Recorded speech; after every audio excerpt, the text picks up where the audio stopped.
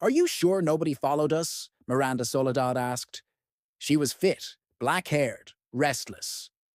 Midnight pressed down, humid and dark, the road outside empty. We were careful, replied Detective Lieutenant Malcolm Bragg. He flicked on the living room lights of the old farmhouse, his voice steady. This safe room is secure.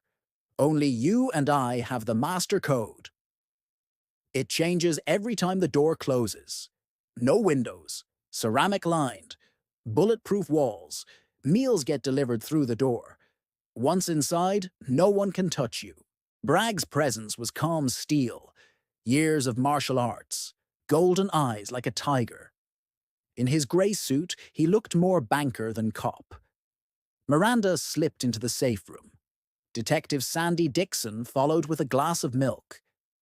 Anything you need, call, she said, locking the reinforced door behind her. In the kitchen, Detective Sergeant Mark Davidson muttered to Bragg, "This case is hot. How can you keep her hidden?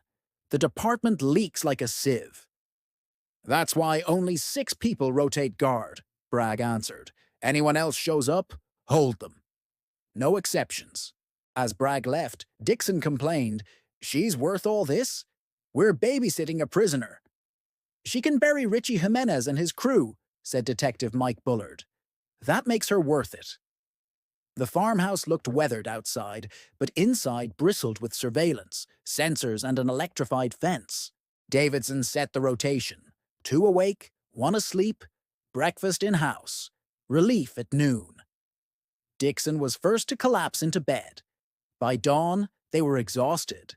Davidson woke groggy. Dickson delivered coffee into Miranda's safe room. She claimed the witness was still asleep.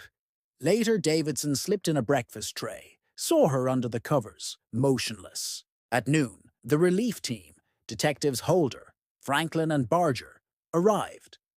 When Franklin tried to wake Miranda, she found her dead, a neat gunshot wound at the temple. Panic spread. The emergency line rang. Bragg was on his way. Minutes later, Bragg stood over Miranda's body. Her eyes stared wide in shock, blood matted in her dark hair. "How did she get a gun?" he muttered. Nobody left. Nobody called out. Crime scene unit combed the room.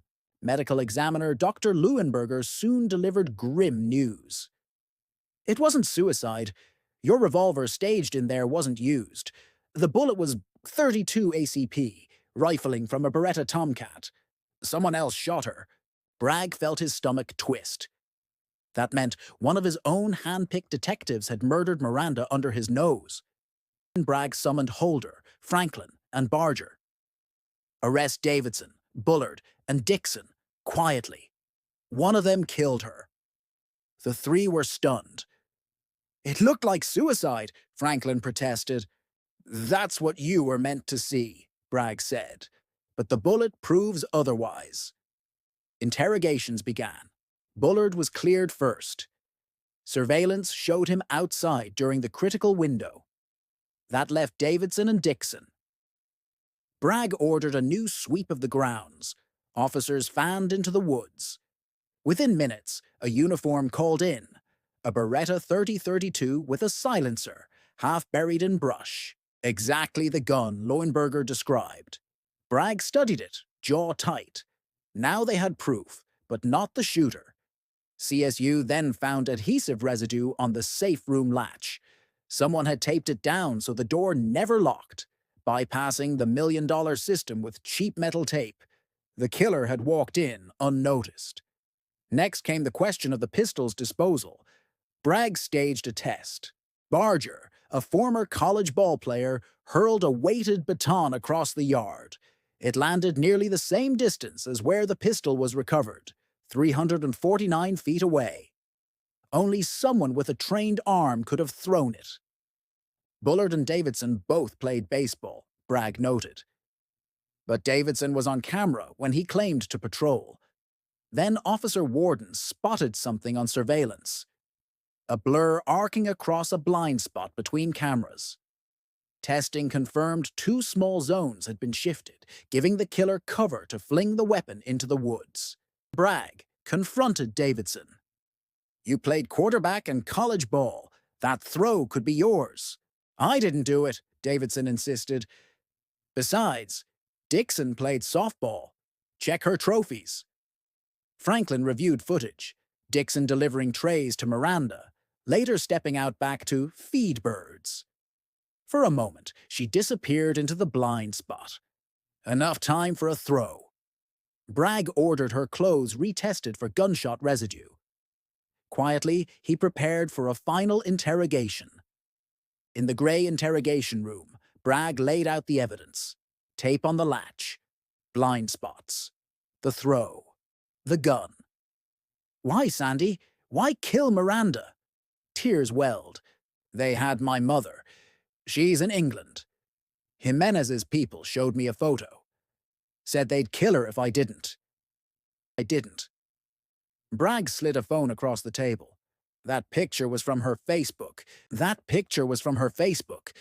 They never had her. Dickson crumpled. While everyone was distracted, I brought her milk. The Beretta was rigged for one silent shot. I carried it under the tray. I pulled the trigger, and she just rolled over. I taped the latch so the door wouldn't log. Later, I planned to dump the gun. But you kept searching. Bragg leaned back, weary. So you served coffee to a corpse. Hours pretending she was alive. She stared at the floor. I thought I had no choice. The safe house, once a fortress, was compromised by tape, deceit, and betrayal. Bragg had built it to protect witnesses. Now it had become the scene of execution, not safety. And inside the department, whispers began. If one of their own could be turned, who else was already compromised? Bragg walked out into the night air, heavy as it had been the night Miranda arrived. Only this time, he knew the real danger wasn't outside in the woods. It was inside the badge,